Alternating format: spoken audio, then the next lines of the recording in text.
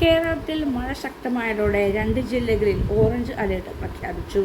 കനത്ത മഴ സാധ്യതയെ തുടർന്ന് 2 ജില്ലകളിൽ കേന്ദ്ര കാലാവസ്ഥാ വകുപ്പ് ഇന്ന് ഓറഞ്ച് അലേർട്ട് പ്രഖ്യാപിച്ചു.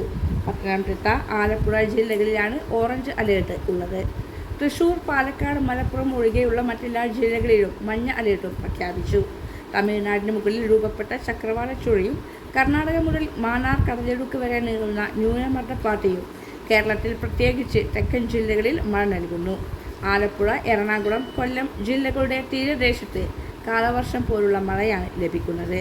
വേനൽ മഴയിൽ നിന്ന് കാലവർഷത്തിലേക്ക് അന്തരീക്ഷ പരിവർത്തനം നടക്കുന്ന സമയമാണിത്. അതിനാൽ ഇത്തരം മഴ പതിവാണ്. അതോടൊപ്പം ഇടിയോടു കൂടിയുള്ള വേനൽ മഴയും ഉണ്ടാകും. മിന്നലും കാറ്റും ശക്തമാകാൻ സാധ്യതയുള്ളതിനാൽ ജാഗ്രത പാലിക്കണം.